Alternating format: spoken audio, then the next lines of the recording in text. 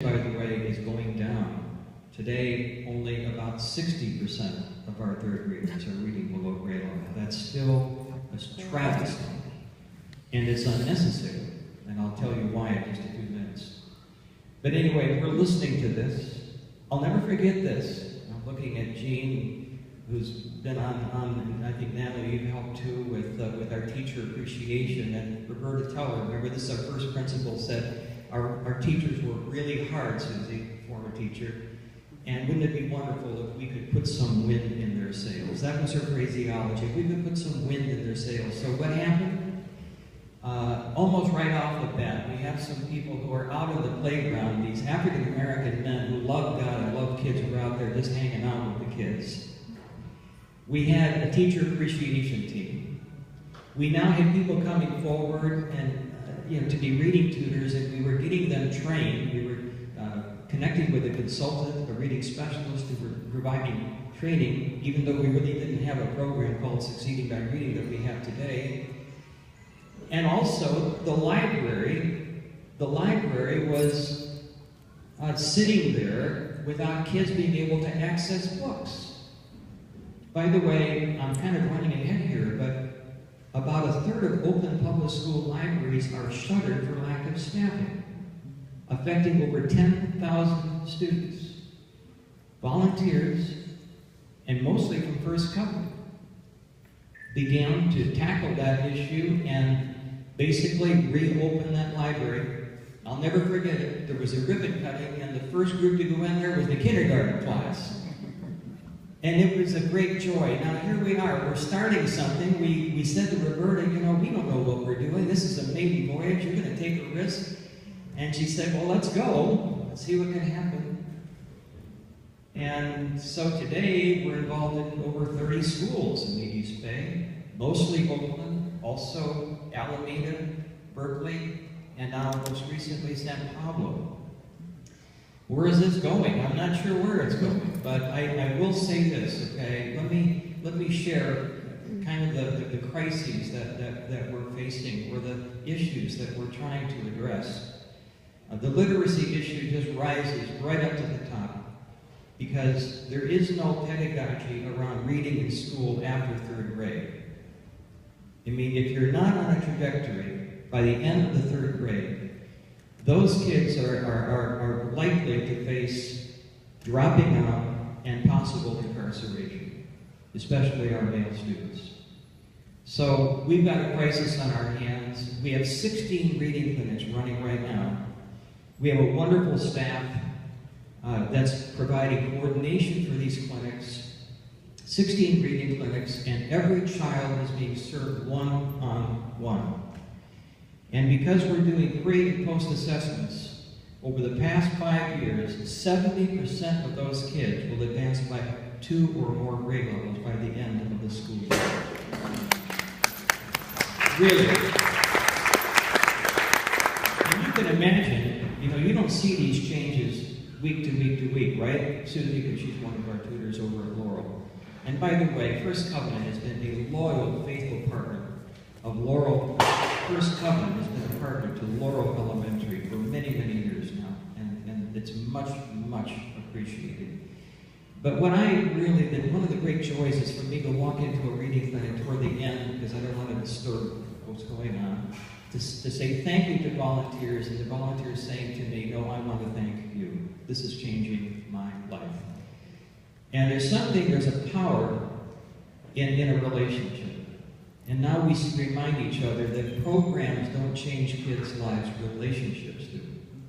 Yes, there's skill building. Yes, it's important.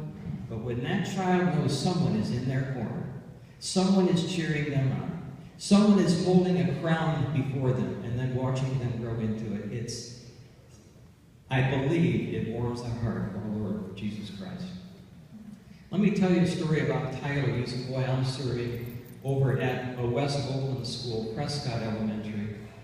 I was introduced to Tyler at the end of September, and Tyler's sitting next to me, and we go through this sheet. This is the first day of getting acquainted. Okay, Tyler, what is your name? Oh, it's Tyler. Okay, thank you, Tyler.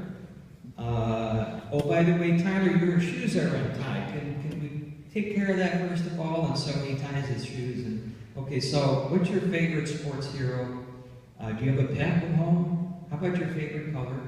Now tell me about your... No, before we go there, I said, oh, by the way, there is a question. What does your name mean? He said, tie your shoes. All right, Tyler, thank you. So tell me about your family. So Tyler, it only took about 30 seconds for him to say this. He said, my mom's in jail. I don't know where my dad is. I live with my grandma, and my cousin was shot. But he's okay now. So I'm trying to wrap my mind around it. Okay? And by the way, it was just a month ago that Tyler came in and tears were running down his cheeks, and I said, what happened? He said, my grandma died. And he thought she died because it was an issue with not taking insulin or something like that. Well, it turns out that Tyler's aunt works in the office of the school, Miss Ambrose. And afterwards I said, tell me, Miss Ambrose, I mean, I hear that Tyler's grandma died. She said, yes, we think she died of a broken heart because another child living in the home was shot. And she had a massive heart attack. Miss Ambrose went on to say this, that Tyler's father has just learned that he has a tutor. And he wants to come and talk with you. I wondered, what do you want to talk about? And you know what she said? He wants to talk with you because he wants to learn to read too. And he came and talked to me, and he was a broken man, a humble man. And I'm trying to connect him to the church across the street, which is right next to the housing project where Tyler's father lives. And that's an ongoing project right now. I'd love to see him get his GED. Do I think about Tyler? Do I pray for Tyler? Am I glad that I'm not just holed up in an office? That this is real to me? And so if you think of Tyler, really, first of all, tie your shoes, and then maybe send a prayer on his behalf, okay? So we have a literacy crisis. We have libraries that are shuttered. We have children, 20% of our kids are not being nourished properly. And there was a ministry here called Children's Food Basket. How many remember anything about Children's Food Basket? Okay, it was probably, I'm going to guess, started in the mid-90s. And it was inspired by Lynette Brand, a school nurse, who increasingly noticed that kids were coming back to school on Monday hungry because they didn't have anything to eat or had very little to eat over the weekend. So Faith Network has inherited Children's Food Basket. It's called Health for Kids. And today we're bagging some 2,000 food bags in conjunction with the Alameda County Community Food Bank, their backpack program. And those go to kids in about 20 schools now to take home on the weekends. These are the most vulnerable children. And these are really nourishing food bags, plus there's information on low-cost and no-cost health screening in those food bags. California is 46th in science scores across this nation. How could it be? The golden state of California. And with STEM, science, technology, engineering, and math being the economic future of California, we have to prepare today's workforce, tomorrow's workforce today. And so we're now involved in something, by the way, well, let me just say how we're involved with workforce learning, which is really new to us. Our superintendent, Gary, he urged us to move into this whole realm of following students forward from elementary to middle school to high school to college and or a real work experience earning a living wage. And so last summer, for example, we were able to put a half a dozen students from McClymonds High School in West Oakland up on the Bay Bridge. They were each signed to an engineer, a Caltrans engineer. They received a stipend for their work. The engineers wanted to lengthen their internship because they saw the promise of these students. And you know what? One of those students is Lionel Hamilton. Lionel Hamilton is a senior at McClymonds right now. And he's giving back on Tuesdays. All day Tuesday, we have a STEM lab at Martin Luther King Junior Elementary all day long. And he's working there.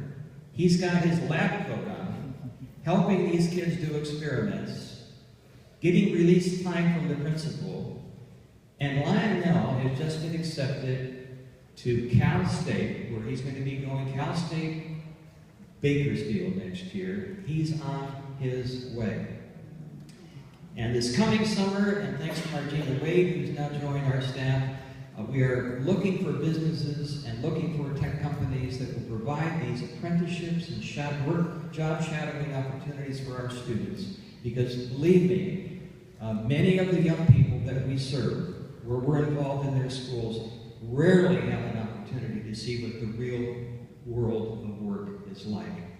And it then puts them alongside role models that really helps them to see that there's a promise for the future for them.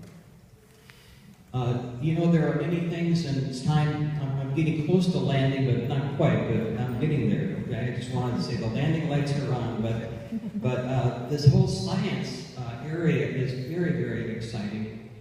And it's exciting because of the partnerships. I mean, we're Faith Network.